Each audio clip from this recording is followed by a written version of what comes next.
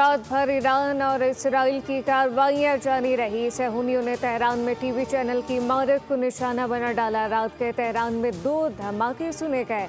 पहले भी ईरानी दारुल हुकूमत के मगरिबी इलाकों में जोरदार धमाके सुने गए। तेहरान की फिजाओं में मौजूद इसराइली तैयारों पर मिसाइल दाग दिए। इत्तलात के मुताबिक एक इसराइली जंगी तैयारा ईरानी मिसाइल की जद में आने से महज चंद लम्हों के फर्क से बच निकला। अमेरिका इसराइल के हमलों में ईरान के अंदर शोहदा की तादाद 555 से तजावुज़ कर गई।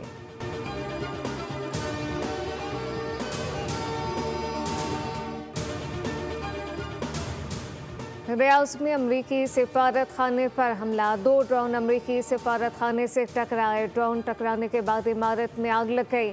अमरीकी सिफारत खाने की इमारत को जिसमें नुकसान पहुंचा। रात का कतर का दारुल हुकूमत दोहा धमाकों से गूंज उठा। अल जजीरा के मुताबिक दोहा में लगातार 5 धमाके सुने गए। कतर ने ईरान के 5 तैयारे मार गिराने का दावा किया था। अबू ज़हबी में भी धमाकों की आवाज़ें सुनी गई।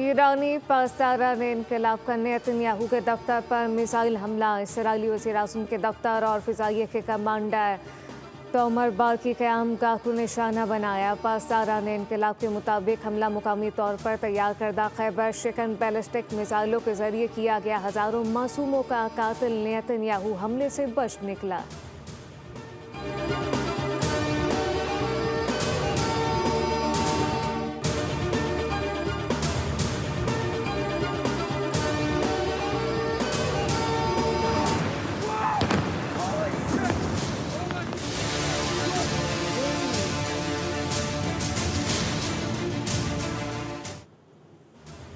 अमेरिका के 3 F-15 तैयारे कुवैत में तबाह हो गए। अमेरिकी सेंटकॉम ने तस्दीक कर दी। कहा कि अमेरिकी तैयारे फ्रेंडली फायर का निशाना बनकर तबाह हुए। कुवैती दिफाई निज़ाम ने गलती से अमेरिकी तैयारे मार गिराए।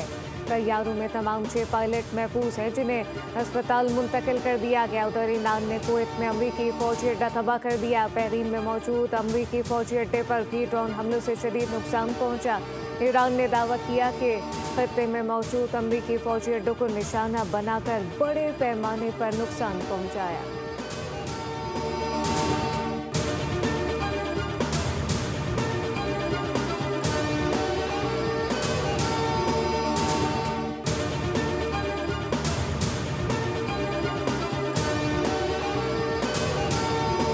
ईरान की कतर, कुवैत, यूएई और बहरीन में अमरीकी एयर बेसिस को निशाना बनाने की तस्दीक। ईरानी फौज ने अमरीकी साख्ता MQ-9 ड्रोन मार गिराया। अमाराती वज़ारत दिफा के मुताबिक हमलों में अब तक 3 गैर मुल्की जाँ बहक हुए, जिनमें पाकिस्तानी, नेपाली, बांग्लादेशी शहरी शामिल। 58 अफराद जख्मी हो गए। बहरीन में अमरीकी अहदाफ पर हमले में एक एशियाई शहरी हलाक हुआ। अबू ज़हबी में साहिल के करीब इसराइली रहायशियों की इमारत पर हमले में 2 इसराइली जख्मी हो गए। Which is the destruction of their ballistic missile capabilities. Both launch capability and manufacturing can be achieved without ground forces. Right now, we're not postured for ground forces, but obviously the president has those options. He's never going to rule out anything. But right now, our focus is on the destruction of their ballistic missile launchers, their ballistic missile. Iran जंग में हलाक अमरीकी फौजियों की तादाद 6 हो गई। अमरीकी वज़ीर ख़ारजा मार्को रूबियो की मीडिया से बातचीत दावा कर दिया। इसराइल और अमरीका ने आलमी अमन के तहफ़्फ़ुज़ के लिए ईरान पर हमला किया। ईरान के पास मिसाइल टेक्नोलॉजी, एटमी ताकत होगी तो दुनिया को यरग़माल बनाएगा। मार्को रूबियो ने दावा किया कि ईरान के अवाम हुकूमत के साथ नहीं है। उम्मीद है कि वहाँ हुकूमत का तख्ता उलट जाएगा। बोले कि ईरान की एटमी टेक्नोलॉजी को बहुत नुकसान पहुंचा। वो कमज़ोर तरीन मुल्क है।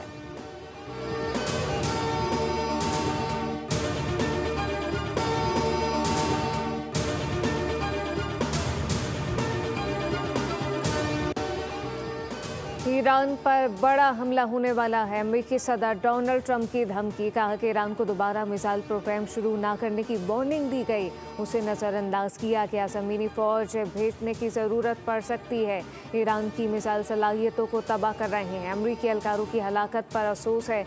ईरान की मिसाइल सलाहियतों को तबाह करना तरजीह है। हम पहले ही ईरान के 10 बहरी जहाज़ों को तबाह कर चुके।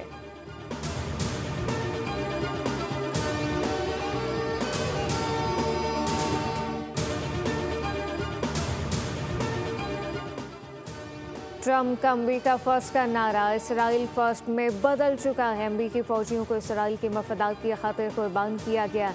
ईरानी नेशनल सिक्योरिटी काउंसिल के सरबराह अली लारिजानी की बातचीत, कहा कि मुज़ाकरात का वक्त बीत चुका है। सुप्रीम लीडर की शहादत के बाद बातचीत का कोई इम्कान नहीं।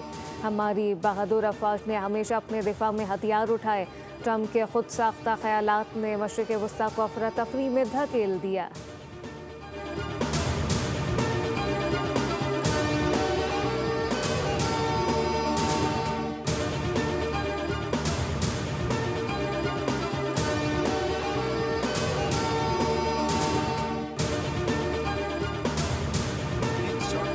But under President Trump, we are finishing it. If you kill Americans, if you threaten Americans anywhere on earth, we will hunt you down without apology and without hesitation. Political left screaming endless wars. Stop. This is not Iraq. This is not endless. I was there for both. This operation is a clear, devastating, decisive mission. Destroy the missile threat, destroy the Navy, no nukes.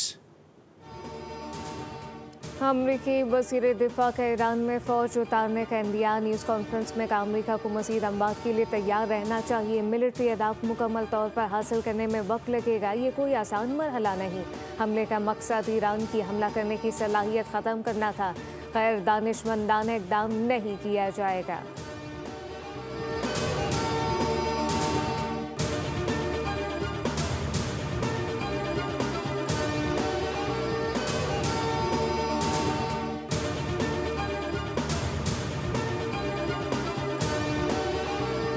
Well, I'm opposed to Donald Trump's war in Iran. I think it's illegal, unconstitutional, and reckless. He should have come to Congress to explain why he felt it was necessary to go to war in Iran, what the end game and the plan would be to ensure the long-term rights of the Iranian people and protect American lives and the lives of our allies in the region.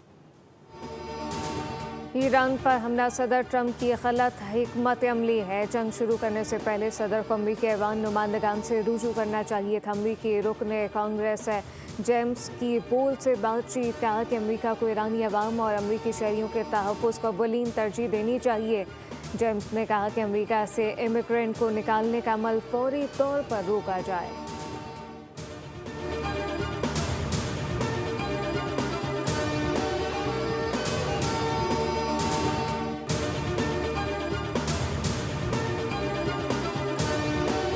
From this war, Americans who are struggling at home with grocery prices, gas prices, lack of healthcare, they don't get anything out of this attack.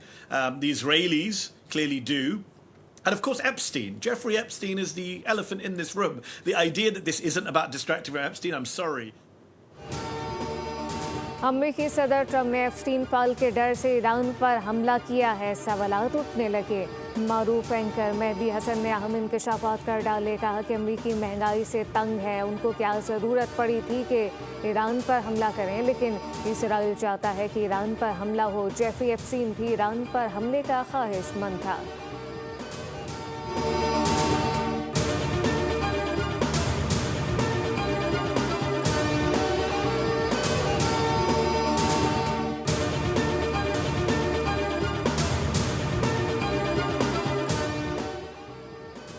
Iran पर हमला और जंग के असरात। आलमी market में सोना चांदी महंगा। पाकिस्तान में फ़ी तोला सोना 13,300 रुपये महंगा होकर 5,63,862 रुपये का हो गया।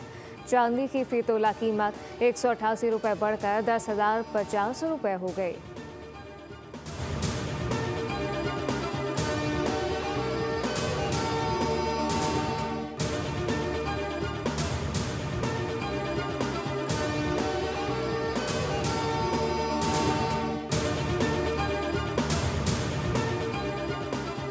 अमेरिका, इसराइल और ईरान कशीदगी के बायस दुनिया भर की स्टॉक मार्केट में भूचाल। पाकिस्तान स्टॉक मार्केट में शदीद मंदी, 16,000 से ज़्यादा पॉइंट की कमी। 100 इंडेक्स 1,51,972 पॉइंट पर बंद। अमेरिकी डाउ जोन्स इंडेक्स में 500 से ज़्यादा पॉइंट और नेस्डेक में 200 से ज़्यादा पॉइंट की कमी record. Germany, France, Spain, Austria, Italy, Türkiye की मार्केटों में शदीद मंदी। Mumbai, Japan, Korean stock market भी गिरावट का शिकार। मुत्तहदा अरब अमारात और कुवैत स्टॉक मार्केट बंद कर दी। अब नए हरमस बंद होने से खाम तेल महंगा, कीमत में 5.79% का बड़ा इजाफा, $77.09 फी बैरल हो गए।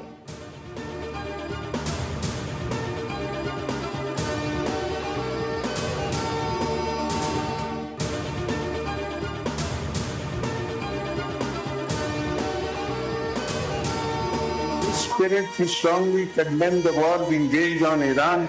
I join all Pakistanis condoling the martyrdom of Iran's supreme leader, Ayatollah Khamenei. We have reaffirmed our support for sovereignty and territorial integrity of our brotherly nation.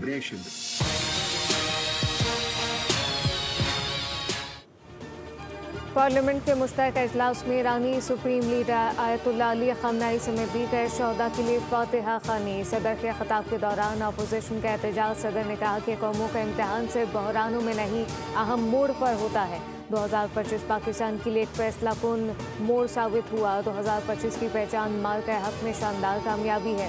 भारतीय जाहिलियत का मुकाबला करते हुए अस्करी सिफारती महाजों पर कामयाब रहे। आलमी बरादरी ने हमारी असूली फैसला कुन कार्रवाई को तस्लीम कर लिया।